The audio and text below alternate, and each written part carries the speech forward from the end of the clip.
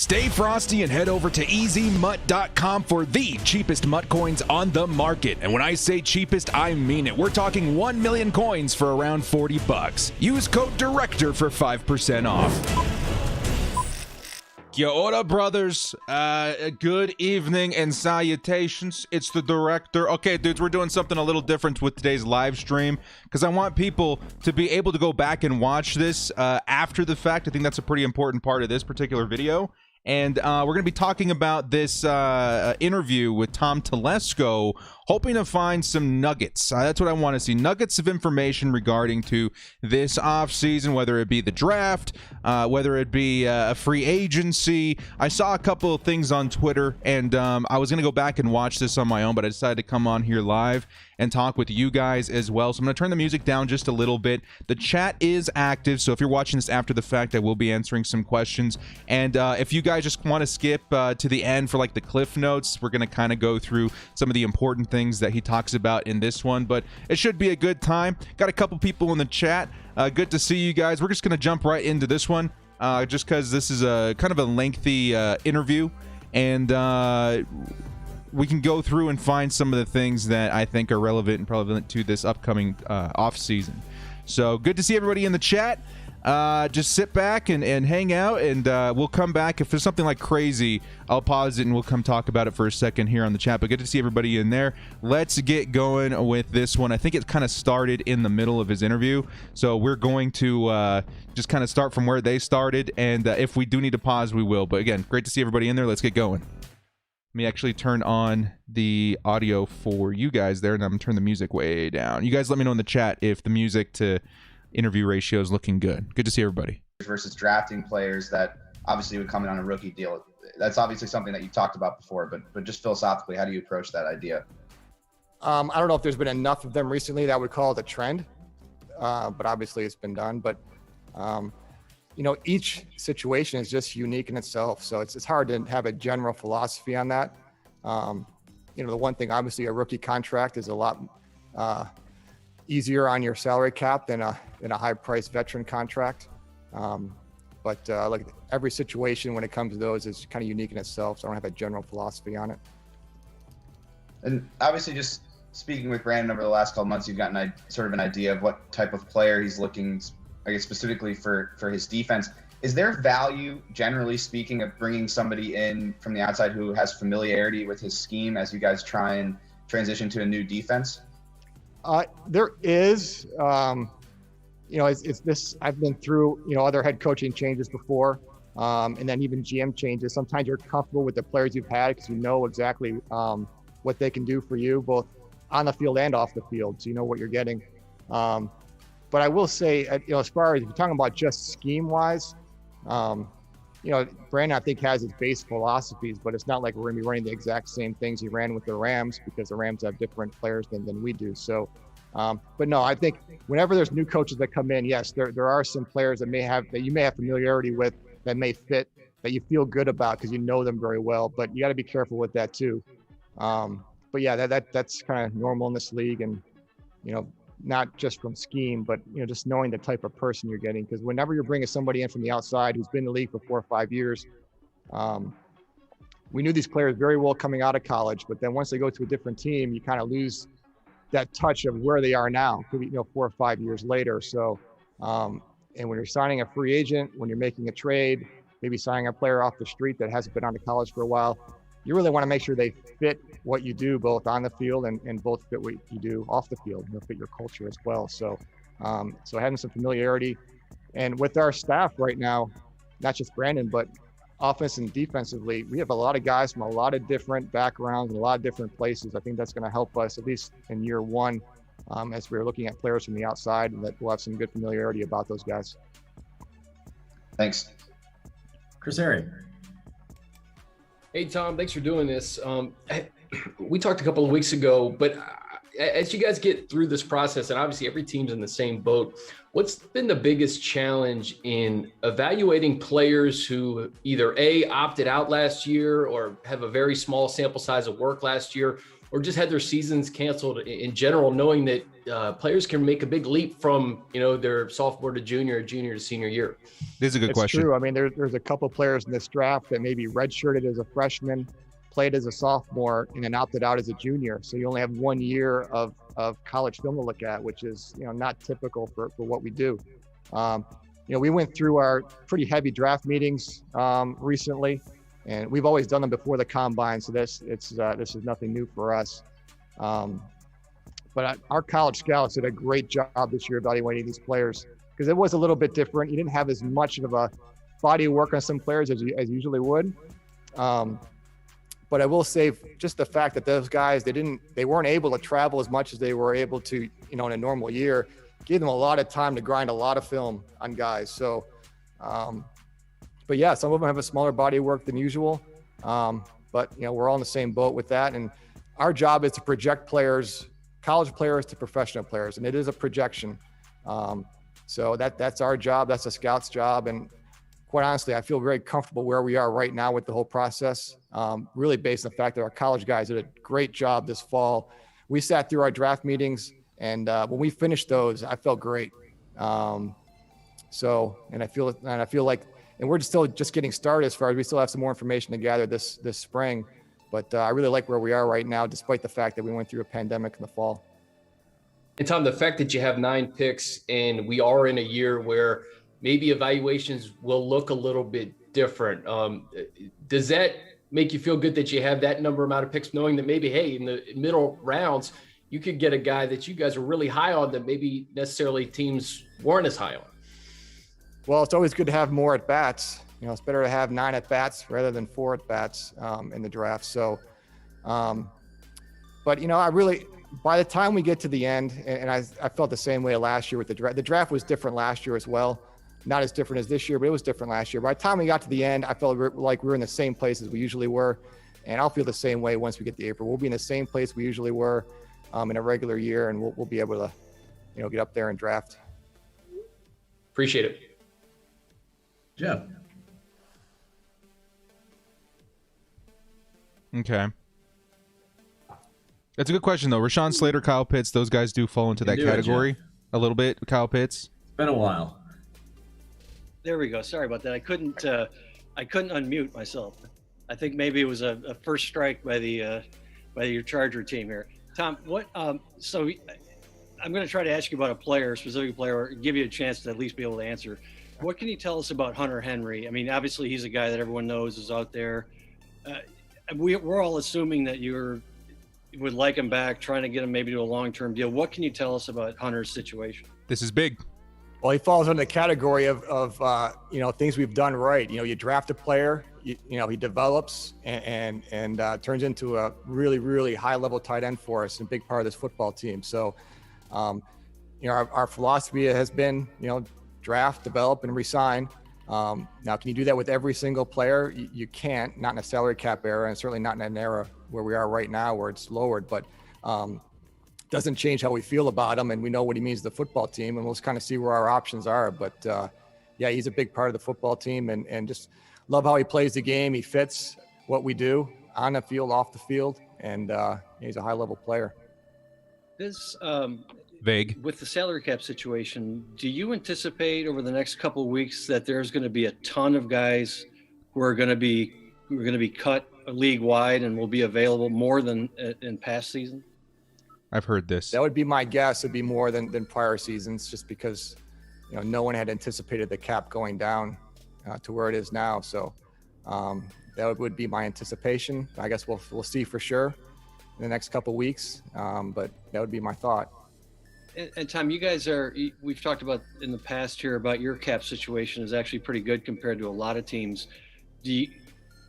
Are you in a position where you are not going to cut anybody, or is that still a possibility for you guys? I mean, you try and keep as many options open as possible, but yeah, we're in a better situation than most, which is good to know. It gives us some flexibility, but it's not like we have so much cap space that we can be overly aggressive in free agency. I think, I'm not going to go through salary cap 101 with you guys, but your cap number may look good, but once you take out restricted free agent tenders, exclusive rights, minimum qualifying offers, your draft picks, your practice squad next year, which could be 12 players, could be 14, could be 16, your in-season budget. And then I haven't even talked about, our own guys that we like to resign. That doesn't leave a whole lot of wiggle room. However, we're in a better position than most right now, so I'm not going to complain about that. But no, it's a fluid situation basically on a day-to-day basis right now, and a lot of that has to do just because this whole situation with how much the cap is. Nobody does contracts moving into the future thinking the cap would drop that significantly, but it happened. So we'll deal with it like everybody else. If the cap didn't drop, we'd be around 50 mil. It's a daily fluid situation with our football team and everybody's probably right now. The switching to a 3-4 defense, does that change? Are you looking for a different kind of player, maybe a different skill set at all, or not? Yeah, I wouldn't get too caught up on the labels of 3-4, 4-3. Okay. I really wouldn't. So, I will say, Brandon kind of came up under Vic Fangio, and I worked with Vic twice, once in Carolina and once with the Colts.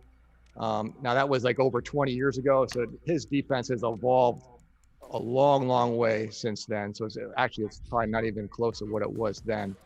But in the end, what we have now, what we're looking for, won't be very much different with Brandon, with how he does the defense, and kind of revolves around with the players that you have. But I wouldn't get too caught up in the 3-4, 4-3 labels. Almost everybody's a 4-man front most of the time anyways. But there won't be too many changes, I wouldn't think, which is good. From a personnel standpoint, it'd be very hard right now to take everybody and kind of turn it over very quickly if guys didn't fit. And that's part of the head coaching process as far as when you're talking about what you're going to run in offense and defense. What do we have that fits? And with Brandon, especially on defense, he is very adaptable. And that not only with Brandon, but with all the assistant coaches that he hired, looking for really smart, adaptable coaches, who came from successful programs. So, our defense will be very adaptable to what we have. And in the end, we're all, you want, big, strong athletes who are football smart and play instinctive football and can get after people. So they're going to sign at least one really fun to fit 3-4. to kind of build around. They're going to sign at least one. Gilbert. Hey, Tom, going back to Hunter Henry, have you decided whether to use a franchise tag on him? We're just leaving all the options open right now. So obviously this year with where the cap is, it's makes it more difficult than other years, but I think you got to keep all doors open at this point. Okay. I'll try one more specific player question. When Mike Williams is going to the final year of his rookie deal, do you see something maybe working out this offseason as a long-term extension for Mike Williams? Again, you keep all options open. Mike's done a heck of a job for us, and I think he's a really, really high-level football player. The opportunities that he gets, he makes big plays for us, and it's not necessarily his fault that he's got Keenan Allen on one side and he's got Hunter Henry at tight end and Austin Eckler at running back, and there's only one football to go around. But Mike is a very talented, high-level football player in this league.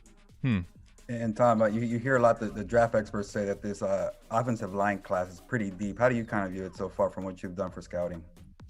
Yeah, I think it looks pretty good. I think overall, I was talking with somebody yesterday. I think it's a deep draft. I really do. So, but I don't know if the whole offensive line is deep in the draft, but there's certain areas that are better than others. But we look at it probably differently than you would. I mean, I know the focus is on the first round, but we're looking through all 7 rounds and trying to see where the depth is in different positions. But it looks pretty good. Yeah, I think everybody sees that this Tom, season. I think last year, with the offensive line, you have kind of tinkered with it over the years. But last year, you kind of tried the veteran approach with trading for Trey Turner, signing Brian Bulaga. It didn't really work out the first year because of injuries. You think maybe, that route might, change it to a different route and going maybe draft heavy in terms of the offensive line?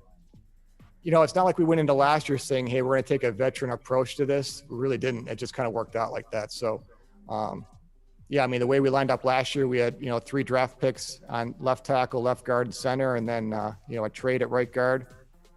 A trade at right guard, and then Bulaga at right tackle, at a UFA. So that's just kind of how it worked out. But it wasn't like that was the plan going in that, hey, look, we're going to go veteran heavy. It just worked out like that.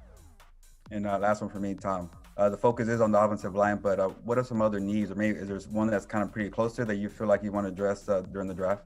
You say your focus is on the offensive line, or my focus is on the offensive line? I guess the attention on the public is on the offensive line. Okay, I'll take the public part of it. Sure. Like Wow. I said, we need to build a whole football team. There's some areas on defense we need to get a lot better at. Obviously, special teams we have to get better at it. So you can't really look at one spot and say, hey, look, if we just fix this one thing, we'll be playing for a championship. It doesn't work like that. So, we're looking to try and build the best balanced football team we can. And saying all that, I kind of forgot what you even asked at this point. But look, it's got to be a wide focus. It just can't be a narrow focus at one player or one specific spot. Yeah, Is that good news or bad news? Specific on this, I guess another need, but I'm guessing. You Oh, want to okay. I mean, my needs and your needs are going to sound different. I mean, on offense, we weren't efficient running the ball. It's not so much about how many times you run it, but how you do run it when you do. Our red zone and goal to go offense, we didn't score enough points, which is a big issue in close games. And some of the low red zone was because our run game efficiency wasn't very good. But so we got to get better in those three categories. And then on defense, pressure and takeaways, got to get a lot better there. Our 2-minute defense really didn't play to where it needed to be. And then field position on special teams has to improve. So those are the areas we got to get better at. That's how we look at it more so than individual players. Thank you, Tom. Fernando. Hey, Tom. Piggybacking off of what Gilbert said, how far do you feel like you guys are from competing in the end? Or how far away do you feel like this team is away from competing? Well, I think we're competing right now. I mean, it's impossible to put an answer on that, Fernando. But I'm encouraged where we are with the core base of players we have, with the coaching staff that's here. But also realize there's work to do. We were 7-9 last year. So, it is what it is. We didn't make the playoffs. But now as far as competing, I think we're competing with everybody else. But I'm encouraged with where we are. Now we got some work to do, but can't wait to get back out there. I think we're a little early. I think that's why he seems frustrated. He hasn't had a chance yet. When you guys hired Brandon, was it because of the person and the head coach that you felt like he could be, or was it also because he fit well with the personnel? His defense fit well with the personnel that you guys have on defense. It has to be a wide ranging. So it's everything you just said, obviously. But you're looking for, as much the total package as you can find. He checked off a lot of boxes for us. And last one for me, Tom. This being your third head coach, are you changing your approach going into this, going into free agency, going into NFL draft, or is it basically business as usual as you approached it with McCoy and Anthony Lynn as well? Well, the approach is always to put a winning football team on the field and compete for championships. But obviously with a new head coach, 3 new coordinators, I'm now looking through the eyes of Brandon Staley and Joe Lombardi and Ronaldo Hill and Barry Swinton. So yeah, some things are going to be different that we're looking for. So I wouldn't call it business as usual. Maybe our processes are very similar, but we're looking at, new offensive schemes, new defensive schemes, new thoughts on special teams. So the vision we're looking at does change, which is normal, which is fresh, which is fun. It really is. It's fun to go through this process. And, it takes, I told the college scouts this last week, it takes a full year of going through with this staff to get a really good feel for what they're going to do with the players we have and what their thoughts are and what their plans are, what their philosophies are. It just doesn't happen with a couple meetings. It just doesn't. It's spending a lot of time with people. So it takes a full year. Now we'll get pretty far through this, through the month of March and into April, get a better feel. But this is a process. It's not just snap the fingers and we go. It's a totally different vision of what we're looking for. Thank you, Tom. Michael. Hey, Tom, you just touched on, having a wide variety of needs you believe you need to fix with this team. And with that in mind, trying to maximize the immediate success, especially with Justin Herbert on a rookie deal. Can you kind of talk about pros and cons of deciding whether or not to fix this certain issue with free agency or possibly going through the draft to fix that issue? you kind of line up your lists of needs that you're trying to work on. I don't prioritize it. They all need to be addressed one way or another. And like you said, there's different ways to do it. Some of it's just based on the calendar. I mean, free agency, well, we have players in-house that we're trying to develop. Free agency is next on the calendar. Then you have the draft. Then you have college free agency after the draft. You have trades anywhere in the middle there. So a lot of it's just based on the calendar as far as how you try and approach these. Now you can do a little bit of, let's look at the draft board. Let's kind of see where we are with strengths of different positions, and then compare that to the strengths of different positions in free agency, and that could dictate where you go. That's a lot how it goes. Now, the draft board at this point, it's up. It's kind of set. Now, it will be adjusted between now and April, but we have a pretty good feel for where the positions that are strong and that aren't as strong. Free agency, it's very easy to look at, where positions of strength are. Now, what we don't know is what the market numbers will be for different players. Certainly this year, it's even more difficult to figure out where those numbers are, because certainly with any free agent you sign, it's not just the talent you're signing, but it's how much are they going to cost, and how do they fit into your salary caps. There's a lot that goes into that. So you try and balance it all together and just know, hey, look, we got to address these, and they all won't be addressed by March 31st. They won't all be addressed by May 1st. It goes through, the summer and August sometimes, but we'll get there. And you just kind of touched on your board and where it's at right now. Based on your viewing so far, position wise, where do you think this draft class is strong at? Yeah, these are the questions I usually get at the pre-draft press conference, and I don't answer them then, so I wouldn't answer them now. But generally, I think it's a pretty strong. I was a little worried that this could be a watered down draft, just because the number of players that opted out. Some players didn't get a chance to play this year, but I think overall it looks about normal, which has been pretty good. But yeah, there are some positions that are a little stronger than others at the top of the draft, and there are some positions that are a little deeper as you go into the 4th and 5th round. But we still got to work through that. All right. Last for me, innovation was something that was brought up a lot through the hiring of Coach Staley and kind of moving forward into this new regime. Can you talk about anything, thus far in the offseason that maybe you can point at and say, like, this is where we've innovated, this is where we've tried to kind of progress with the franchise? Yeah, I mean, I think when you talk about innovative, I think you got to be careful. It doesn't always necessarily mean reinventing the wheel. It just means something new, something different. So obviously, I think on both sides of the ball, it's going to be different. Brandon's defense is going to be different than what we'd run in the past. Like I mentioned, a lot of as far as the type of players we're looking for, that won't change that much, but the style of defense will change.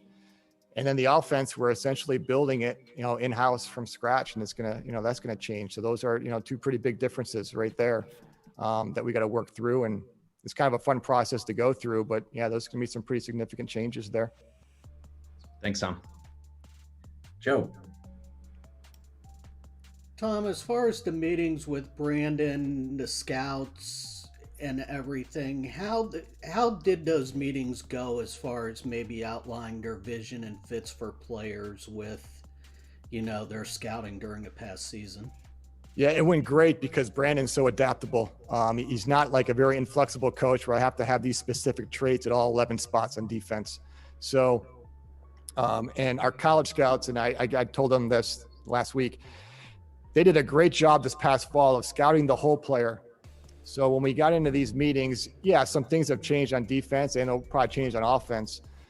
But it wasn't like they were saying, hey, since we're looking for a specific type of player in the fall, now I don't know if this guy fits. Hey, I'm not sure about this. And sometimes scouts get panicked that way.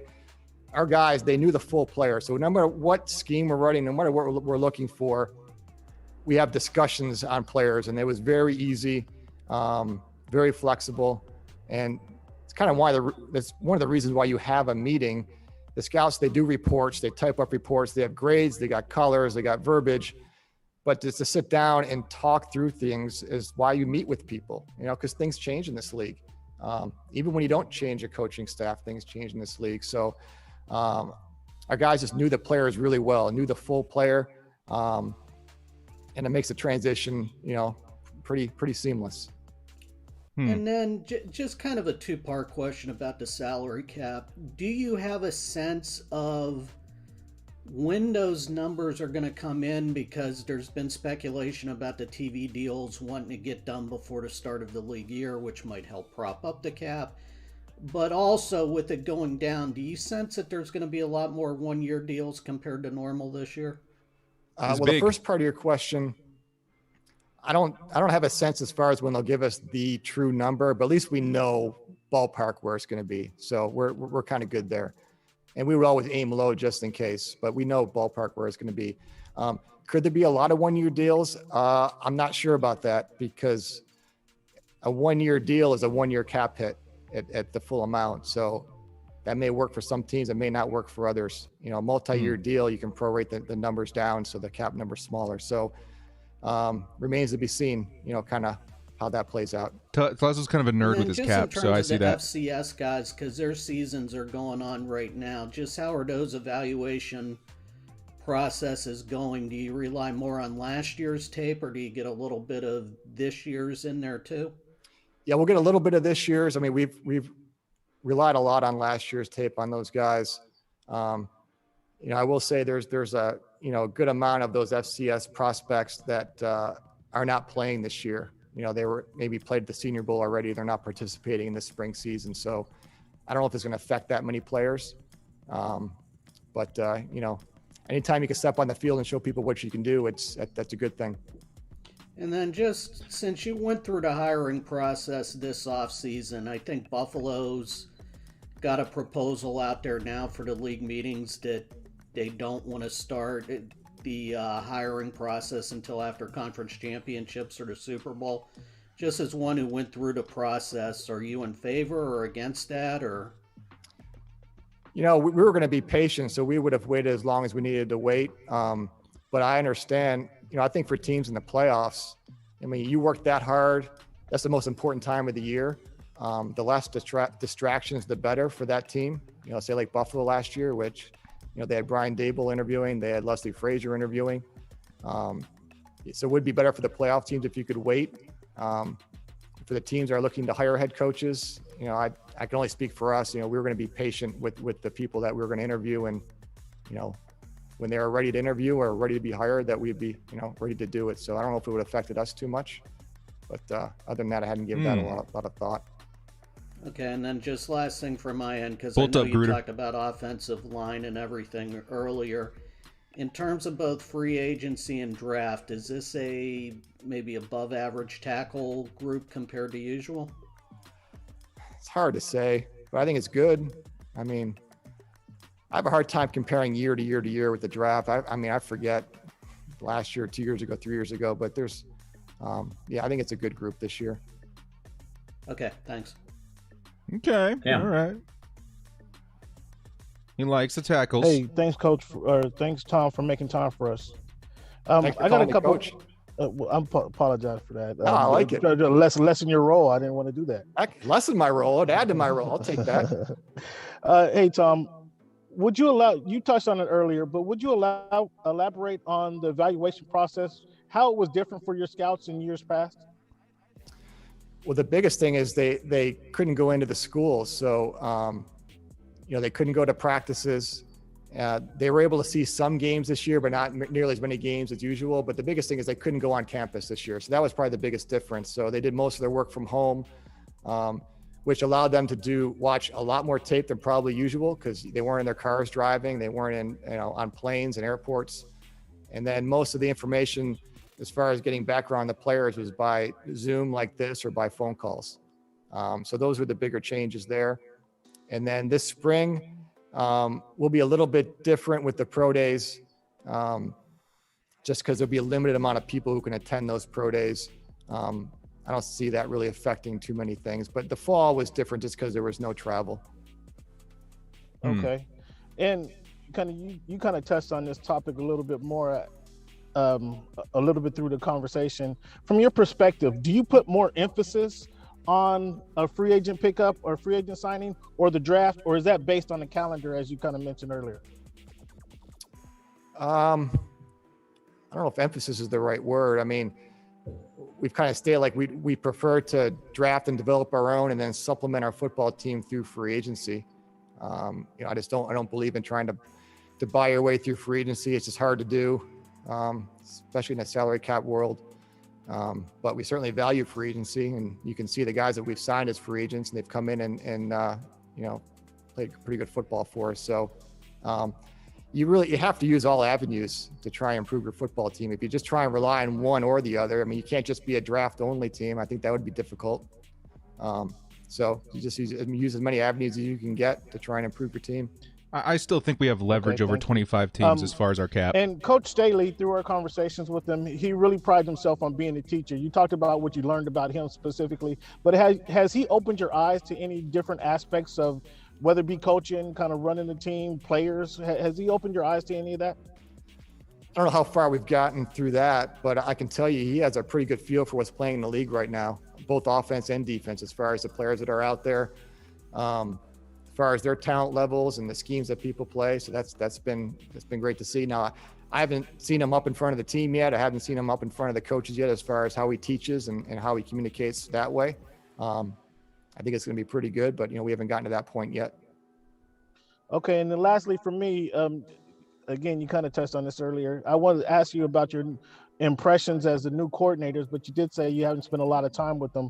What's your initial impressions of them? Smart and adaptable, and have come from good places. Those probably be the three things.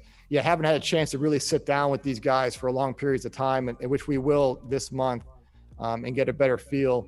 But the first impressions have been very positive, as well as Darius Swinton on special teams as well.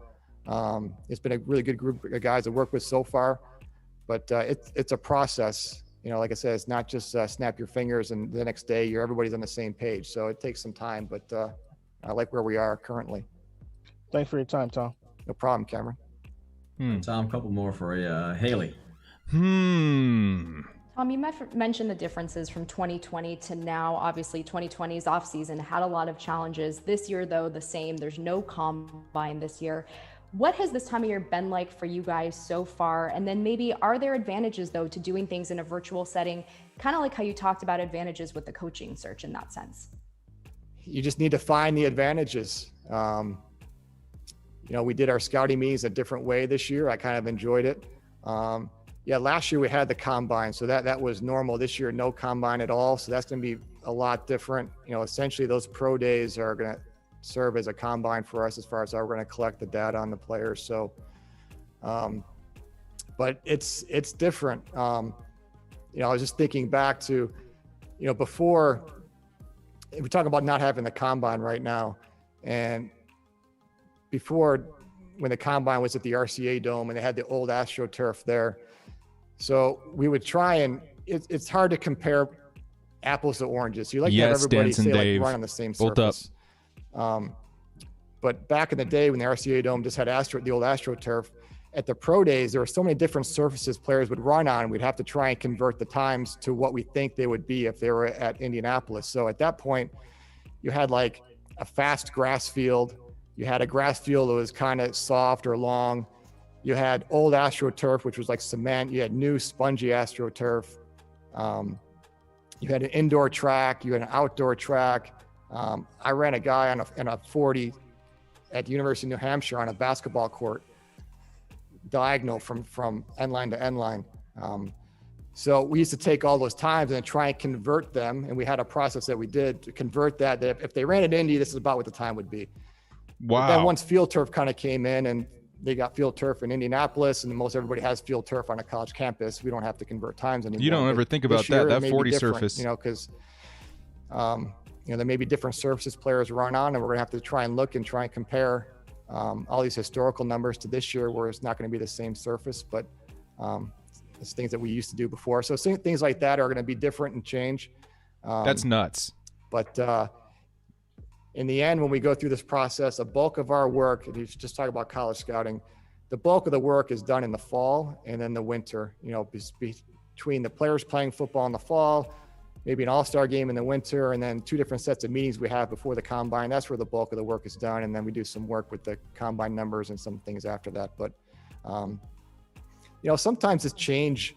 Anytime you change something, it kind of changes your focus a little bit. And I think that's a good thing. So you don't get stale. You look at different ways to do things. maybe even innovate a little bit and try and just change. I think that's good. I think it's a good thing to do. And then last one for me, I think in talking to you over the last few years, the most important thing you always cite with the combine is the medical. How are you guys evaluating that this year in a year like this? Yeah, that's a work in progress right now. That's the biggest part of the Indianapolis combine, is that the players go in to get their physicals done. So it's a totally different process this year, and we're still working through how that's exactly going to look. But that's one of those behind the scenes things. We'll get it done, but I'm not exactly sure what it's going to look like yet. Thanks, Tom. That makes me a little nervous. Omar. Hey, Tom, good to see you. Hey, Omar. Hey, Brandon has said that, he wants to build around, the quarterback, the offense, the team, around Justin. I can't hear the question. Obviously, there's a few different ways to go about doing that. I'm just curious what it means to you, to build around the quarterback. Is it more weapons, protection, good defense, take the pressure off, kind of just your overall philosophy on that? Okay. The sound wasn't great there, but I think you asked about the offense and building around the quarterback. So, again, we're trying to build the whole team, good defense to get the ball back to the quarterback, good special teams that have good field position. And then it's kind of what you said. I mean, you want weapons for the quarterback. You need people they can throw to and people to hand it off to, and you need people to protect them. So I don't think you want to just focus in on one specific aspect of your offense that you want to give the quarterback. We want to give him as much as we can. Thank you. All right. That includes receivers, guys. Maybe running back. Brandon, at his intro press conference, said that as an organization, you guys would look into adding more analytics staffers. You obviously hired a full-time staffer last year. Do you have plans of fleshing out that football research department at all this offseason? Flushing out? You mean like getting rid of people? No, fleshing out, like increasing. Oh, fleshing. Oh, yeah.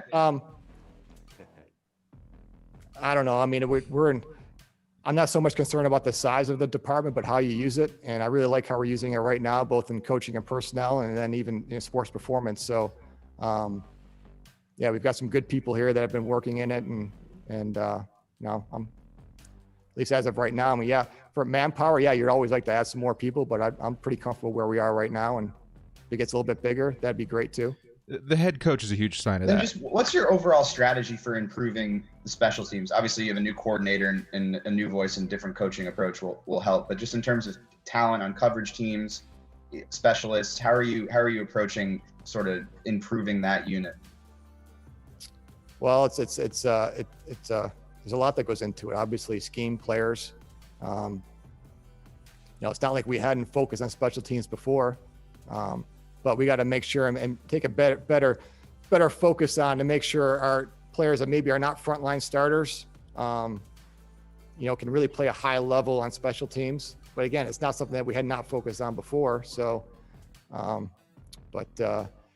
think having a fresh voice would be nice. I think we have some guys here that can fit very well as far as covering kicks and punts.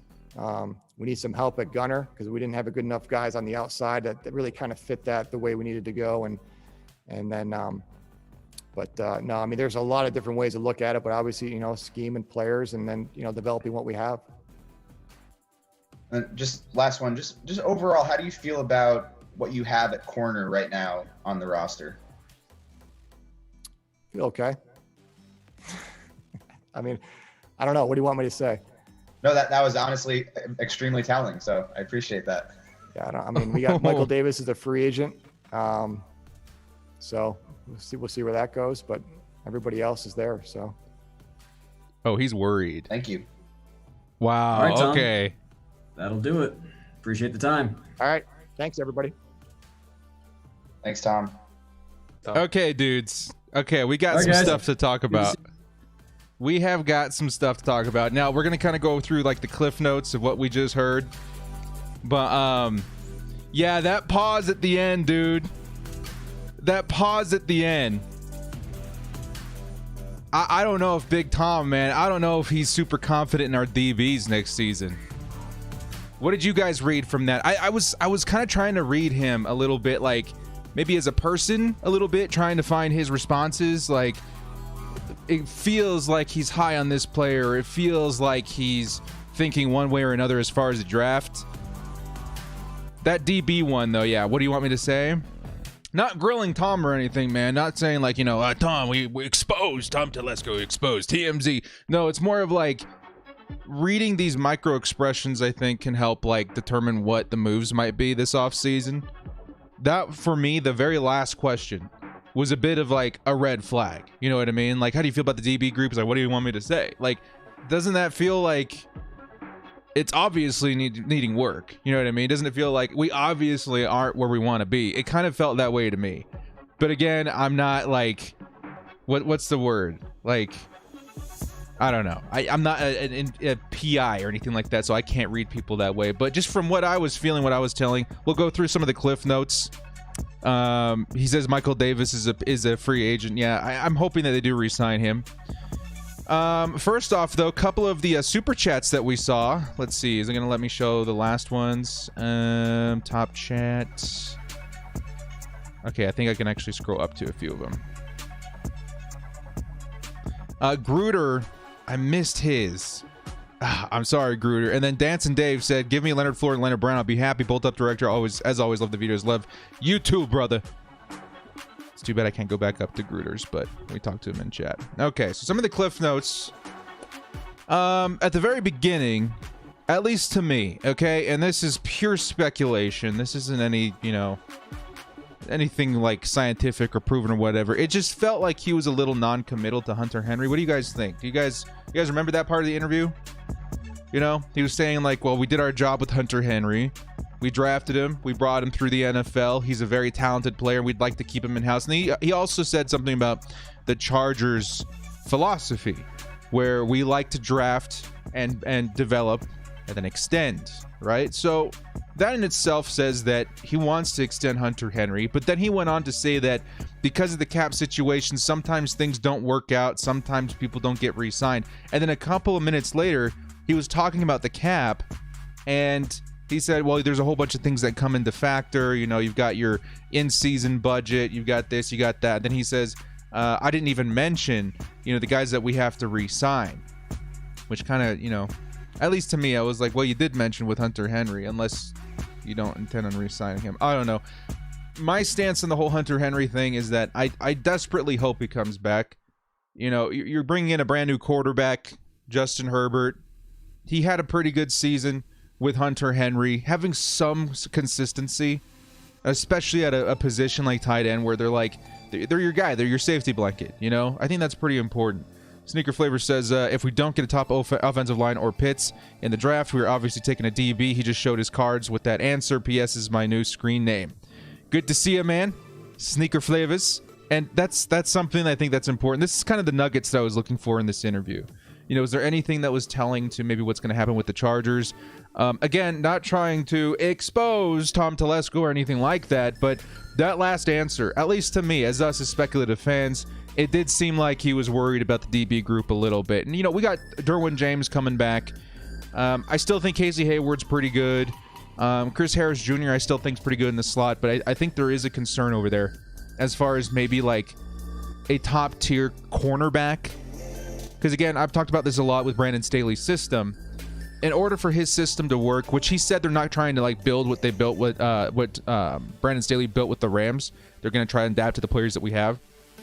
But it sure makes it a heck of a lot easier if you've got a premier corner, which I would say we have pretty good corners, be them old corners.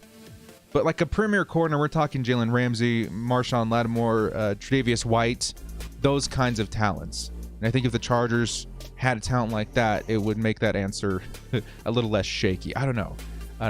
We'll get to your question here in a second, too, Sneakers Flavors. I had more things I wanted to point out from this interview. Now it's time. He said, if he said too much, we would have been stupid. He has to be Vegas time of year. Yeah, that's part of the things I wrote down. What did I write down right here? He seemed frustrated because we're still early, doesn't want to reveal too much. So we are still early. And to say, like, hey, we're going after, let's say, the left tackle. Like, the guy was grilling him on, like, which position on the offensive line or something needs the most attention. If he was like, well, we're going to go after left tackle in free agency, that's kind of telling the whole league, like, Villanueva, we're going to put bids on him. Trent Williams, watch out for the Chargers. You know what I mean? So you can't say too much. But what I would have liked to hear from Tom Telesco even if it was, I don't even know if it would be saying too much, is just some acknowledgement. Like the very last question, the acknowledgement of the DBs, I was like, okay, so obviously they want to do some patchwork there. But as a fan, I would have liked to hear something like, we understand the offensive line is really bad. Like, not even really bad, but like, we understand there's a lot of work to do on that offensive line, and we fully intend on doing something about it this offseason. You know? Instead, he said, and this is a good answer too, you know, for me as a fan of the Chargers, especially this season, having some kind of reaffirmation about our concerns about the offensive line would have been nice to hear, that they're like, okay, we're on it. We understand there's a problem. We're going to do something about it. What he said was something to the terms of being non-committal to offensive line. He says that we have more than just that one position to fix this offseason, which is true. You need a whole team to win a championship. You can't just fix one thing and expect everything to be okay.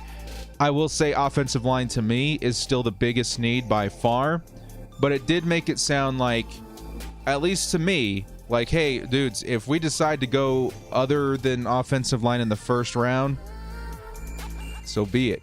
Because it almost feels like he's protecting his mantra. You know, Tom Telesco has been such a huge best player available mentality kind of guy, right? And I'm kind of the same way. So if Chargers fans are screaming, right, that we need an offensive line, then he goes anywhere else. It could be even guys outside of who I want. You know, I want Kyle Pitts, Waddle, but even then, like, Kyle Pitts is the only guy I'm taking above, let's say, a Rashawn Slater. If Rashawn Slater's there and Waddle's there, I think I still take Rashawn Slater. Now, if Waddle and Darisaw are there, then I'm probably going to take Waddle. Either way, it kind of feels like he's sort of not mentally preparing us, but it's almost telling that we might not go offensive line in the draft.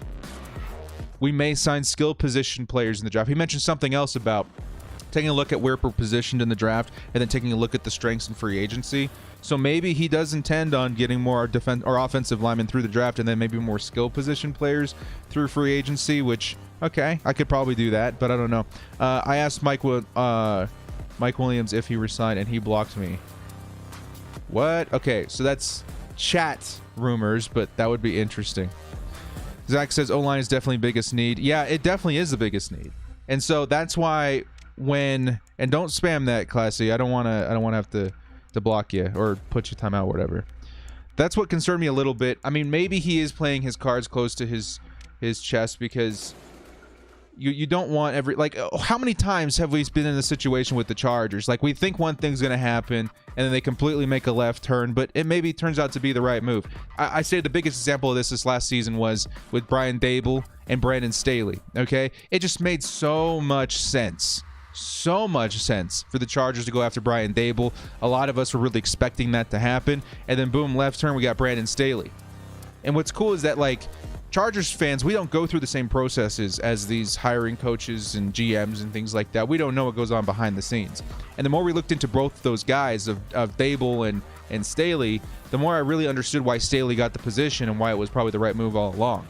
I don't think Dable's even been hired to be a head coach elsewhere, right? Him or Bieniemy or those guys. I think Robert Saleh was the only guy that really made it to the next level as far as the guys that we were talking about. Very interesting. Now, does that make me feel good about how he responded to the offensive line? No. I wanted him to come out and just be like, look, we're on it, okay? We get it. We saw the stats from last season. He did mention that we suck in the run. We got a lot of work to do to fix this offensive line. We got a quarterback of the future. We don't want to, Joe Burrow kind of thing happening to him. I would have liked to hear that as a fan, but maybe I still think he plans on doing that. He's just not going to tell everybody. That makes sense. Rage Bolt says, I didn't expect us to go crazy in free agency, but Tom Telesco might fix some of the issues by drafting with our 9 picks. TT always signs players. Yeah, and that's something that I kind of picked up from this interview too, is like the whole process of the draft this season. I'm a little worried. I think this season, more than any other season, we might see more reaches, and not in the traditional sense, but like, because the evaluation process wasn't traditional and they had to go through so many virtual aspects to get it done, maybe a second round guy is more of a fourth round guy, and we see them reached for more often this time around, and vice versa. Maybe a really talented player does fall into the middle rounds because the evaluation process was different, or maybe a guy opted out, their season got cut short. So it's very interesting. I'm still confident in Tom Telesco's ability to draft the first, second, maybe third rounds. He's usually pretty good at that, especially the first round. But after that, I'm hoping that we've done our research enough to know how to utilize those picks to their full potential. Because we're talking an extra third, which I think we can hit on, but then an extra sixth, and then all the picks after round 3. I'm a little nervous. Hopefully we do fill a lot of spots. I think most of those points are going to be for depth. Dexter says, I'm stoked that we got the right coach. Me too. I mean, again, if it was up to me, and I'm just some guy, in a studio, talking Chargers, doing YouTube, I was fully on board for the Brian Dable train. Now I get it. And I'm super happy the Chargers got it right. At least for now, they haven't done anything yet. But from what they've said as far as their strategies, the kind of human beings they seem like, very intelligent people, I'm very optimistic about it. This is why the Bills proposed a new rule that will not let any head coaches be hired until after the Super Bowl. And that makes sense. I get both sides of that. Since it seems we're not going all-line in the draft, what do you see us doing in the first round? Again, best player available.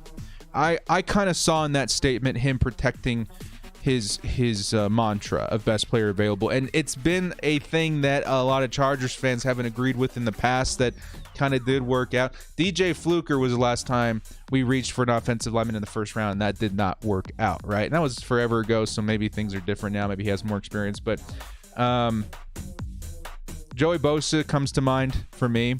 Joey Bosa turned out to be one of my favorite players on the Chargers. You guys have seen my obsession, especially in my Madden content. But I remember screaming at the TV wanting Jalen Ramsey. And Jalen Ramsey would have been a really good pick, but Ramsey would have been very complicated with how much he wanted to move around. You know what I mean? Like with the Jaguars.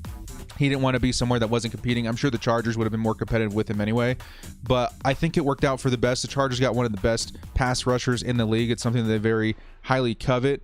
And it definitely worked out. Mike Williams, on the other hand, I think is an example. I'm hoping they were thinking we need receiver.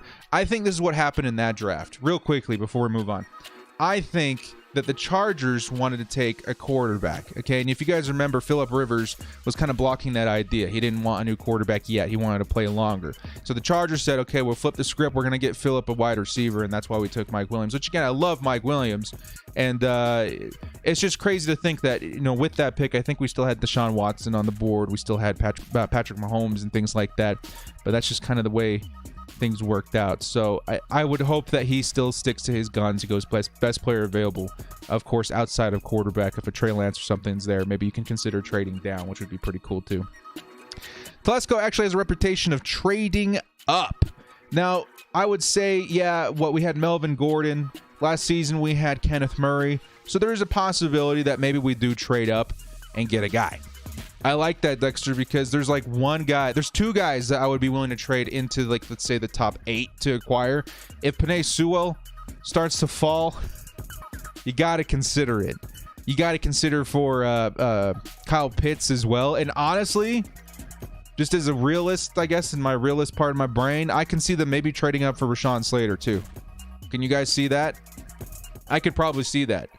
I don't know if it'll work. I think there's a world where Penei Sewell goes at 3 to the Dolphins, and then Rashawn Slater goes at 5 to the Bengals.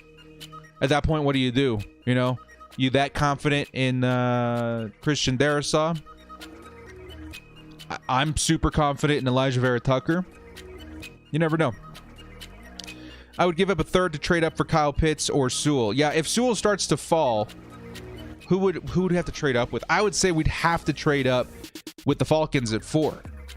And the Falcons likely want to get themselves a quarterback, so I don't know how likely that is. I think this year specifically it would be very, very, very difficult to trade into the top 5 because of how many quarterbacks are available and how many other teams would outbid us. Because we're talking about us trading up for a tackle, which could be pretty expensive. But if another team, let's say the Dolphins are trying to trade down, right? They don't need a quarterback. Maybe they're super happy with Tua. Let's say a team like the Patriots or a team like the Bears or a team like the Washington football team, they want a quarterback. Let's say Zach Wilson, and Trevor Lawrence are off the board. Someone's going to really want Justin Fields. So the price to trade up to 3 or trade up to 4 even would be way too expensive, because there's going to be a team that wants a quarterback and they're going to overpay like crazy. Whereas if we traded up, I don't know how much value we would get. We would get maybe like a Sewell, that would be amazing, but how much would it cost, because other teams are competing for that spot for a quarterback, which is traditionally overpaid for. You know what I mean? Director, can the franchise tag be used on Hunter Henry? Yes, it can. Yes, it can. The issue is, since it's the second tag in a row, it would be a little more expensive. So instead of 10 million like last season, it would cost anywhere between, I think, 12 and 13 million. I think it's somewhere around 12.5 is my guess, is how expensive it's going to be to retain him on another tag. So just kind of have to organize that around a little bit. Plenty of O-line wide receiver talent. No need to lose picks, trade up into the first. That's something that he said too. Let me go back to my notes. Here real quick. So we already said he felt a little non-committal about Hunter Henry. He felt high on Mike Williams. I have to point that out. You guys notice that? Like when they were talking about Mike Williams, he was like, "Yeah, the guy makes big plays for us. He's a great football player." Like, I didn't read anything that would indicate that they want to let Mike Williams go. So that's just me, though. That's just me on first impressions of this interview. Non-committal to O-line fixes, which again was concerning. Draft process is different this year. We kind of went over that. Seemed frustrated because we're still early. Went over that. Sees the draft as O-line deep. So that somebody did ask him about the position of offensive line, and he said that it did seem pretty deep this season. I don't know if he said it as direct, but he did say that he's impressed with the kind of depth that we've got in the draft this season as far as offensive line, which could mean a couple of different things. Like maybe the Chargers feel confident and whoever's there at 13 takes that offensive line. Maybe he's more targeting a day 2 guy. You know, maybe a Landon Dickerson or something's really on his radar. I don't know. I mean, the thought of trading up too, Dexter brought up, does make me think a little bit about maybe the Chargers take a skill position player in the first round, and we trade back into the first round, maybe the late first round, to get like an Elijah Vera Tucker. How cool would that be? Can you guys imagine? Let's paint a picture together here. Let's say at pick number 13, the Chargers have let's say Kyle Pitts is gone. Sad boy hours for the director. I'm super depressed, but you know, whatever. Chargers are going to do the right thing. Let's say at 13, we've got Christian Darrisaw and Jalen Waddle. Okay, and the Chargers are like, you know what? In my heart, we're a best player available kind of team. We're going to take Jalen Waddle. Boom. Chargers have a wide receiver. Chargers fans freaking out. Oh my God. You know, we need a quality offensive lineman. Who knows what we did in free agency at that point. Maybe the Chargers do something like they did last season. We had kind of a big need at linebacker. We've been looking for that position for a long time. Traded back into the first round via the Patriots. We got Kenneth Murray. We're pretty solid with Kenneth Murray going forward. What do the Chargers say?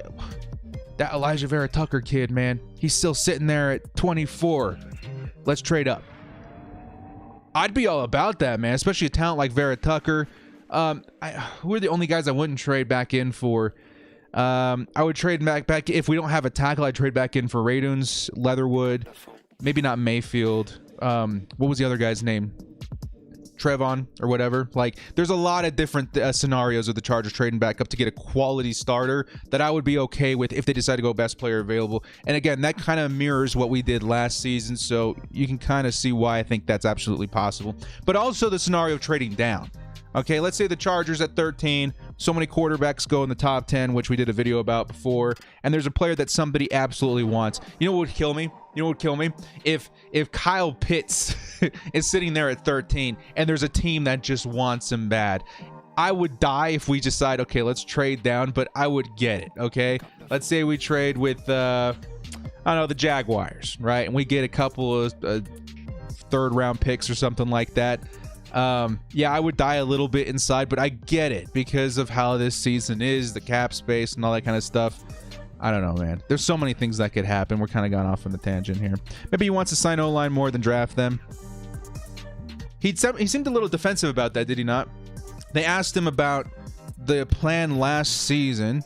Was it to build in the draft, or not? To bring in free agents to help solidify the offensive line? He says, "No, it just kind of happened." Right? It wasn't really planned. It just kind of happened. How often do things go unplanned like that? I think, you know, the NFL is kind of this organism, you know, it's constantly changing and shifting, so I get it. But there has to be a plan this year, right? With how, like, different everything is.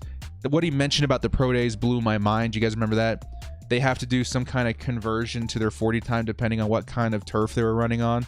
That's crazy, right? There has to be some kind of plan. I'm hoping the Chargers are going into the draft saying, you know what, there's a few guys that we take above offensive line, and that's it. If they're gone, you know, we're taking offensive line. I'm hoping they have some kind of mentality, some kind of plan to fix the O-line. It worried me a little bit that he's a little non-committal to it. I do zero research on college. Boys, I'm glad you can do it for us.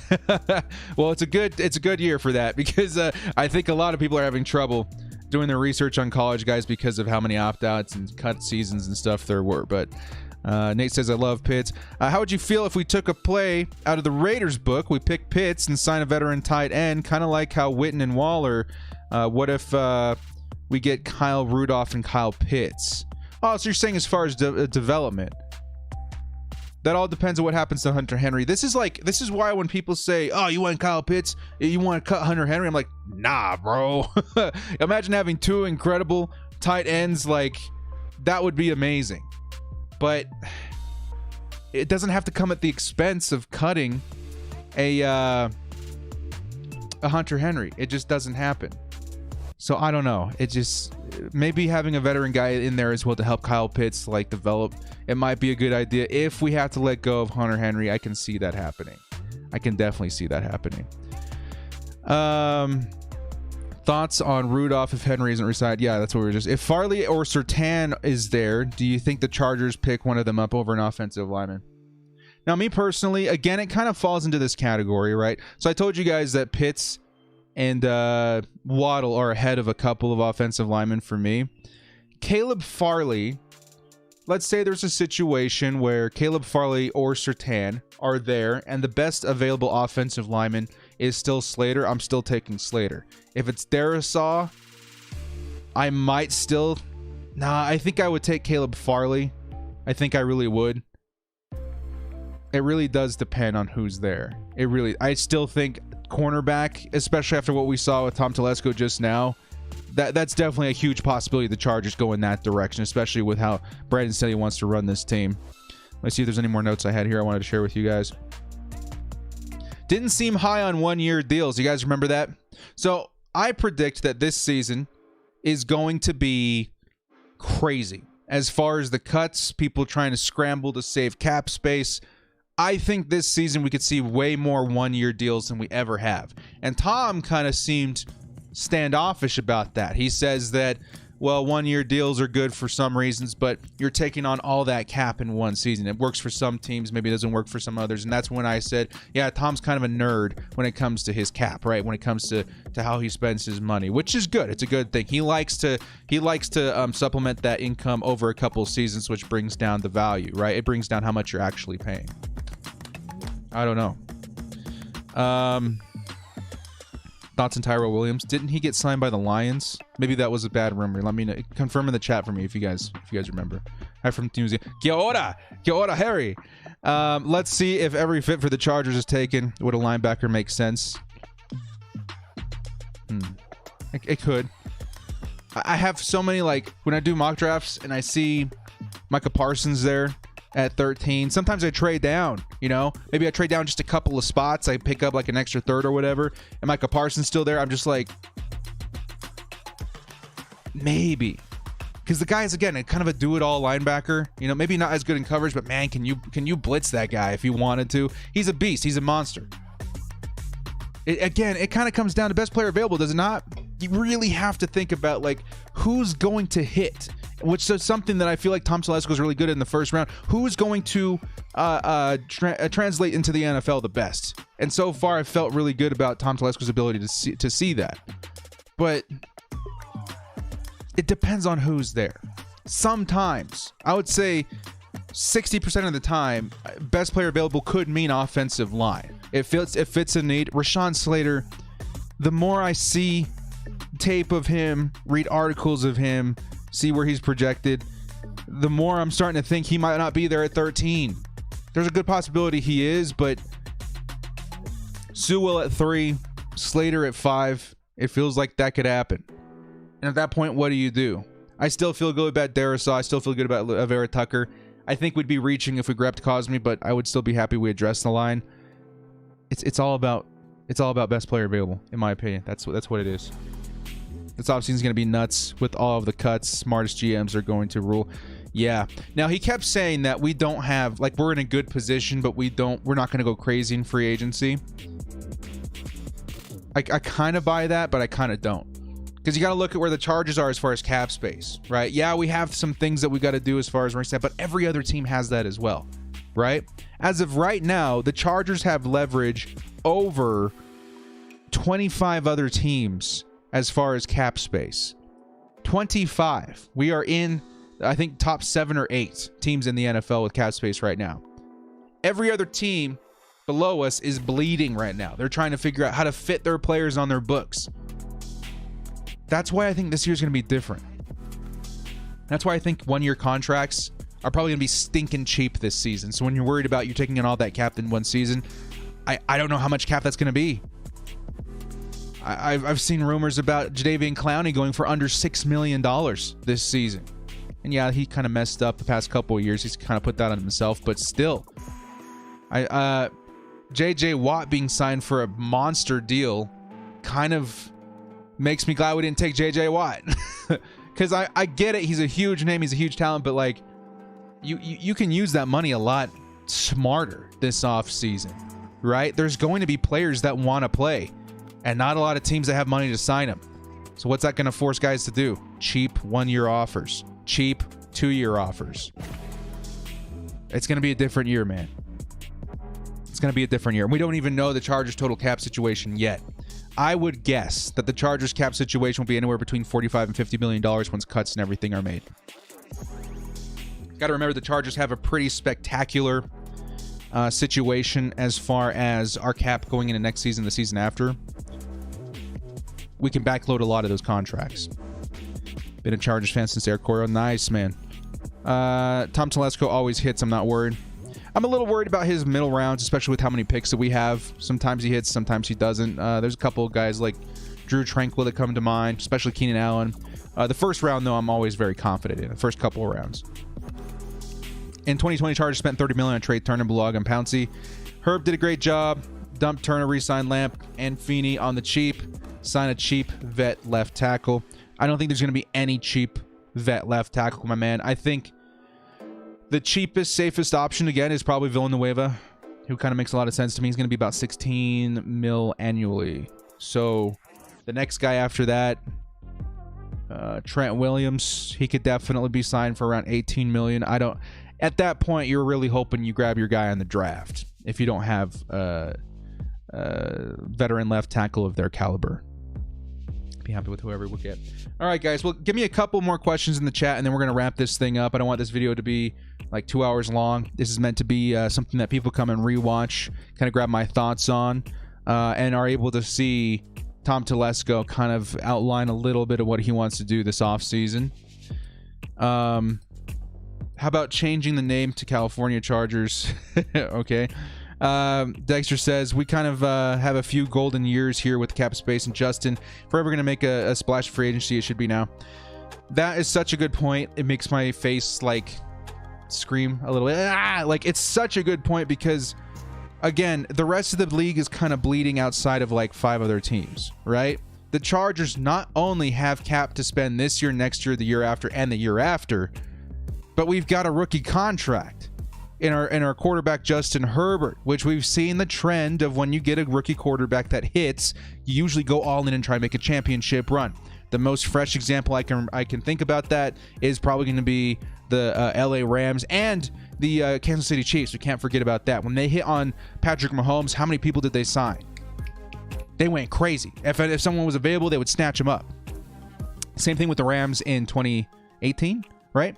They snatched up every available free agent they could because they had what they felt was a good quarterback in Jared Goff, so they loaded up around him and they made it to the Super Bowl. They lost, but they made it.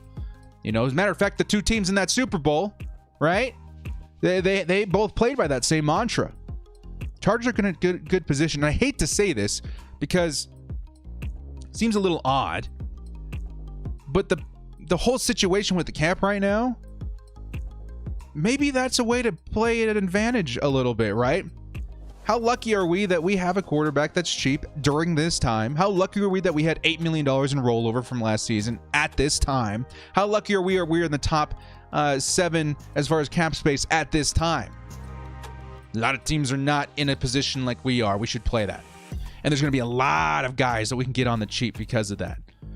Tom Telesco, Coupon Tom. I have a lot of faith that he's going to do something like that. Who are your top 3 free agents that you'd like us to bring in, Director? Corey Linsley's my number 1. Corey Linsley is my number 1 that I want to bring in. We'd have to play with our cap a little bit to try and get everybody to get these contracts to fit. But if we can sign 3 guys, my top 3, number 1 is Corey Linsley.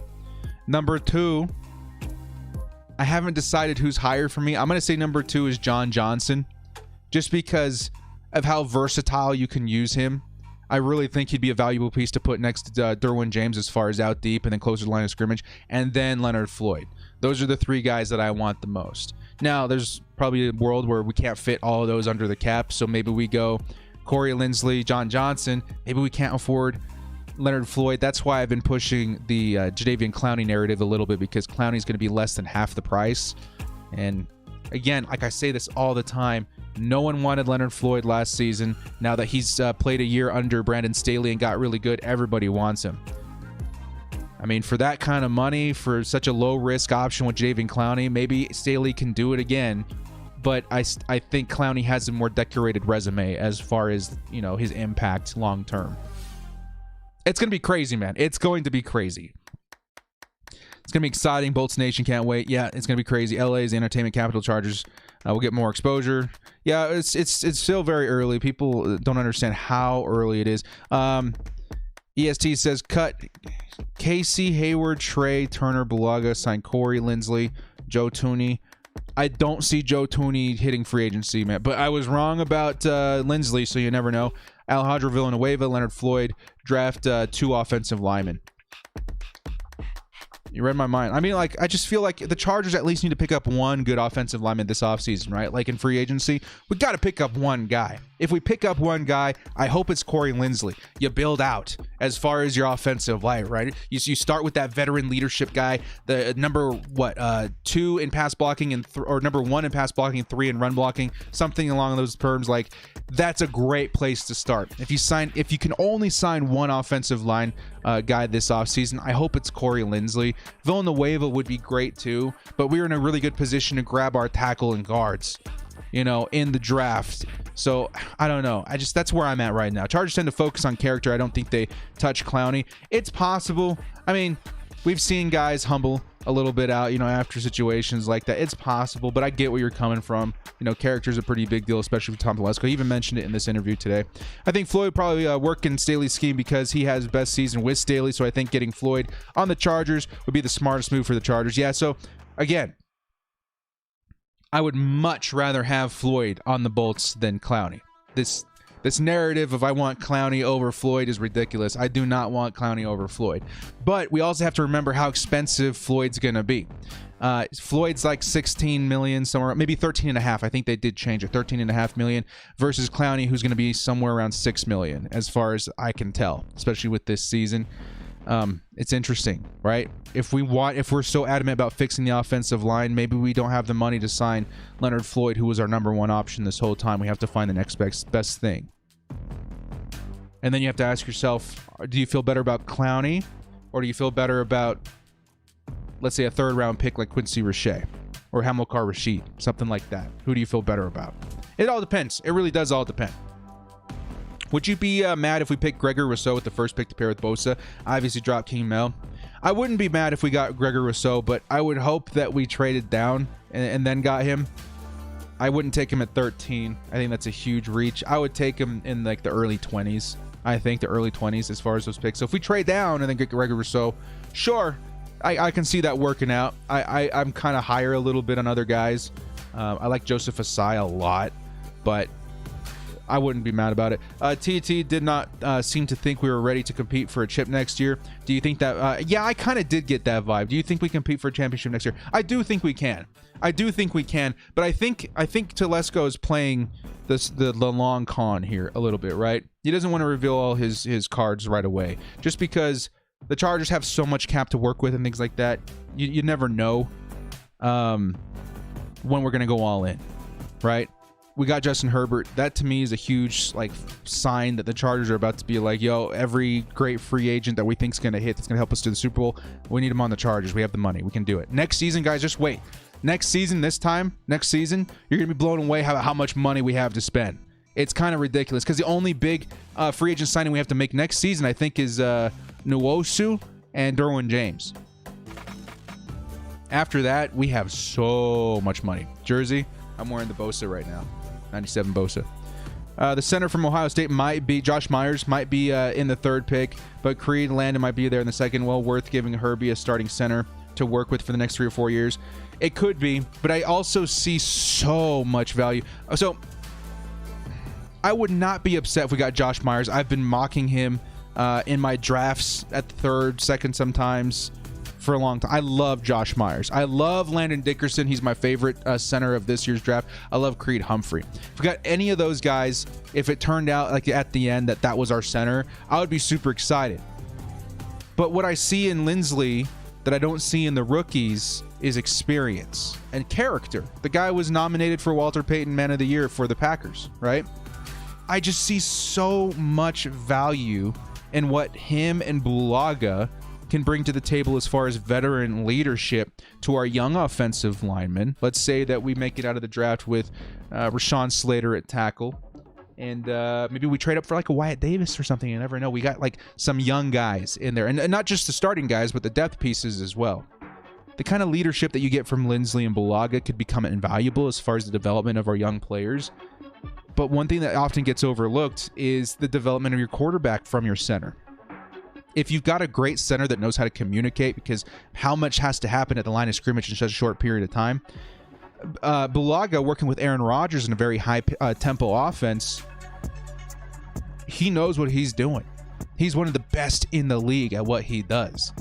And that relationship between Herbert and Lindsley, the kind of exposure and experience that Herbert can get from an experienced center, to me is also extremely valuable. That's why Lindsley's my number one. Even though I'm so high on these centers that honestly we could get, there's some centers that I'm confident in like in the 4th and 5th round. I still want that. I want his leadership. I want his experience. I want his character on that line. I want to start at center and start building out. That's what I want. What's your body count? You talking like Apex? I got a 7 kill day yesterday, man. It's pretty sweet. What are your thoughts, Tommy Tremble? I mean, again, a depth guy. If we go in on tight end, there's a couple of guys I really like a lot later. Who's that huge guy? 6'7". I don't even remember where he played. I read an article yesterday that we can get him in the 7th round. I'm like, cool. Now we got 2 Donald Parhams. That'd be sweet. If we let go of, if we let Henry go, would Kyle Rudolph work like 2-year deal or work with our in-house pieces? It depends. This is what I would do. If we let Hunter Henry walk, which God forbid, I would hope that we get Kyle Pitts. There's a good possibility that we don't. I would not reach for, what's his name, Freiermuth. I think he's a late first rounder. I don't think you do that. I think you wait to see who's available as far as free agents afterwards, because you guys got to remember how many, it's going to be a stupid amount of veterans out there this season due to cuts. I think already there's Kyle Rudolph, Jared Cook. There's a lot of veteran guys. So I would wait until after the draft, honestly, if we don't get Kyle Pitts. Or maybe we do get Kyle Pitts. Let's see who's out there. Maybe Kyle Rudolph in a very cheap 2-year option is a good deal. Maybe Jared Cook comes in. There's a lot of guys. There's really a lot of guys at the tight end position. But there's also the option of maybe Kyle Pitts comes in and the Chargers say, you know what, we really did like Donald Parham last year. And Steven Anderson kind of stepped up and times it well. So let's go ahead and roll out with those 3 guys. If Hunter Henry walks, I think that I think the move is to wait. I think the move is to see if Pitts is there at 13, and if he's not, be confident Donald Parham and Steven Anderson, and maybe bring in a guy on the cheap if you have to. And this is where I think the rumors of Zach Ertz coming to the Chargers was slept on. What do you think, JJ Phillips? I think he looks pretty good too. At the defensive end, yeah. I mean, there's a lot as far as pass rush that's super important. Matter of fact, I don't talk about pass rush enough on this channel and how important that is. I think I mentioned it in my last video. I'm paying $100 million to Joey Bosa, guys. $100 million of our cap space is going to Joey Bosa. Well deserved, right? You absolutely keep Joey Bosa. That was the best move the Chargers made last offseason, in my opinion. Extending Joey Bosa, that was huge. But that investment, how squandered is it if we're just going to see him get double, triple teamed every season? That's what the Rams did different.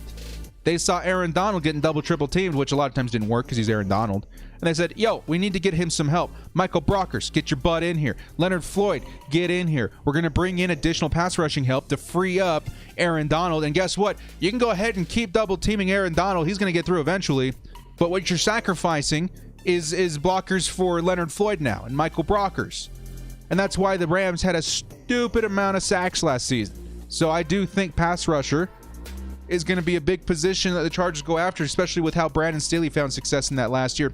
How much better does every position on the field get when you got a good pass rush? As much as I want cornerbacks,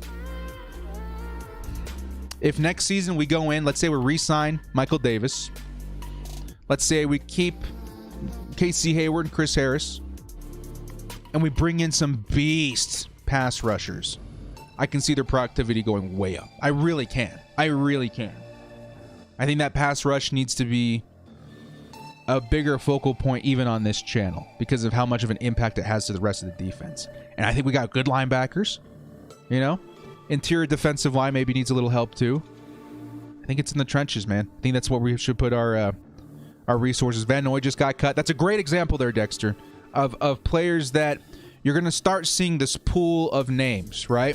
Right now, we're starting to see a few names enter that fold. Van Noy got cut. He could get signed tomorrow because he wasn't, a restricted free agent, so he doesn't have to wait till the 15th, right? So he could get signed tomorrow if a team's ready to go. What I like about Tom Telesco is that the first wave of players that get signed are normally well overpaid, right? He's waiting for that pool of names to fill up a little bit more. So maybe Kyle Van Noy gets cut. What's his name? From the Saints. You guys remind me. Not Ted Hendricks. The other guy. You know who I'm talking about. Maybe he gets cut. There's a good chance that other, 3-4 outside linebackers that are good edge rushers get cut. Von Miller. You know what I mean? You never know. You never know who's going to be available in that pool. So if we jump in on Kyle Van Noy right now, who are we missing out on? Maybe cheaper. Maybe someone signs Van Noy tomorrow and we sign Von Miller for even cheaper later. In retrospect, I think the team that got Van Noy probably wanted Von Miller more if they knew he was going to hit the open market. So that's what I'm kind of saying. Wait and see. If we end up getting Kyle Van Noy, I think he still has a lot in the tank, and I would be really happy about it. I would assume that we got him for really cheap. But, again, you never know. Malcolm Brown, Trey Dickerson. Yeah, there you go. Thank you. What about Kenny Golladay? Wide receiver, as far as free agency, you got to do a lot to convince me to spend more than $8 million. Because I think we got him one. We got a two solid wide receivers, right? What I want is depth and situational wide receivers. That's why I'm so high on John Ross. John Ross can be $4 million this year, man. $4 million for the fastest player to ever run the combine. How low risk is that? And the reason I don't think he's a bad football player either. I just think he's a little injury prone. And at $4 million, I guess I'm willing to roll the dice on that. But he's been paired up with the Red Rocket. What's his name? Andy Dalton for so long. He can't throw a deep ball like Justin Herbert. Then he got paired up with Joe Burrow. Little better, but again, not known for his huge arm, right? You pair up John Ross with Justin Herbert, you're going to get different results because he's getting the ball from a different kind of quarterback, a quarterback that can utilize his strength. So I would rather sign a guy like John Ross than a guy like Kenny Golladay. Just to kind of answer that question. That's where I'm at. Imagine Leonard Floyd on the Chargers. Yeah, that Leonard Floyd, dude.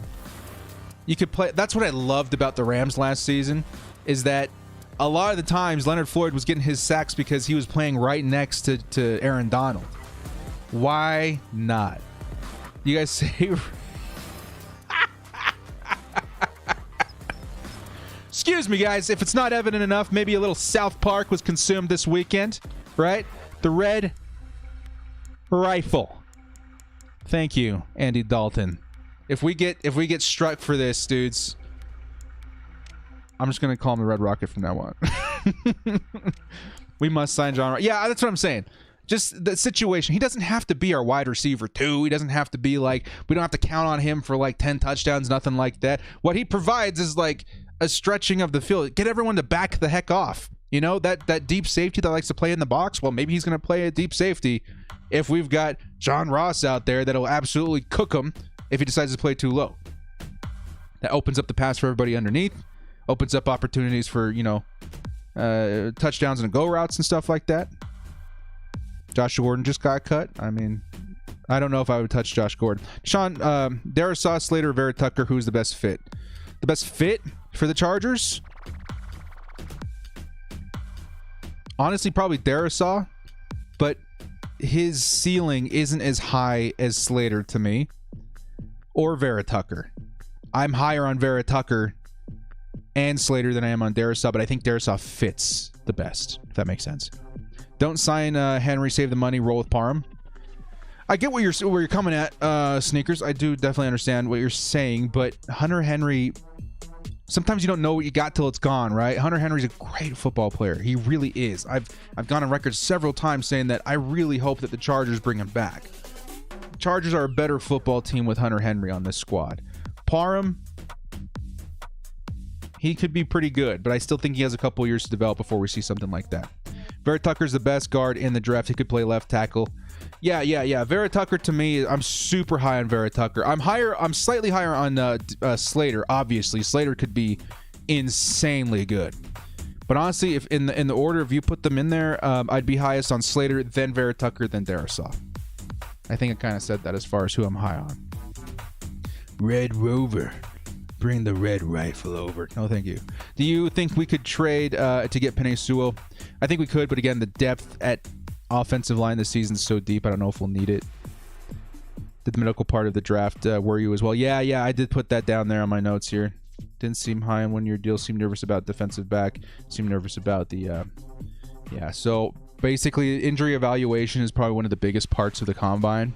They'll go in there and they'll make sure all these guys are healthy and if anybody had any injury concern, it kind of gets reaffirmed there. That was a big part of Tua's thing last year. It's going to be weird this season not having the combine. I don't know how they're going to do it. He said they didn't have any answers. That's a big deal, man, especially with offensive linemen like Landon Dickerson, who in my opinion is the best center in that draft. He could be a great guard as well. But if you don't have a good medical evaluation of him, how high are you willing to reach? You know what I mean? Like, it'd be crazy. Good to see Ozzie Von Miller. Yeah, we talked about him. I'd be happy with him too, man. Again, my number one guy that I want is Leonard Floyd. If we can't afford him, guys like Von Miller, Jadeveon Clowney start popping on my radar. You never know. All right, guys, I got to get going here. We got some stuff going on this week, and I hope you guys definitely paid attention to that interview. I hope we were able to answer some of your guys' questions. Again, I'll read them real quickly. The things that I had written down, he felt a little non-committal to Hunter Henry, which is a little worried. It felt like he was really high on Mike Williams. He seemed a little non-committal to fixing the O-line. He wanted to make sure we fix the entire team, so maybe we don't see, a nosedive last effort ditch for offensive line. Draft process seems different this year, which is going to be interesting. He seemed frustrated because we're still early in the process. He doesn't want to reveal too much. Sees the draft as O-line deep, which is good. Didn't seem high on 1 year deals. Keep that in mind. Maybe we don't go in on some 1 year guys like Clowney. And also seemed nervous about the defensive back situation. So maybe a Caleb Farley, Patrick Surtain are on the table in a higher position more than we all think. Well, guys, thank you so much for joining me. This has been The Director. We will see you tomorrow with a brand new video. And as always, bolt up. Thank you to everybody for the super chat. We'll see you next time, and stay frosty.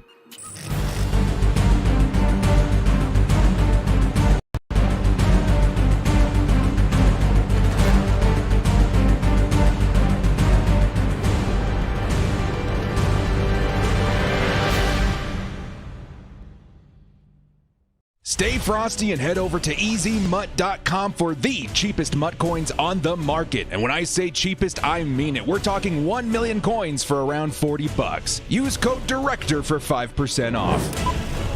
Action!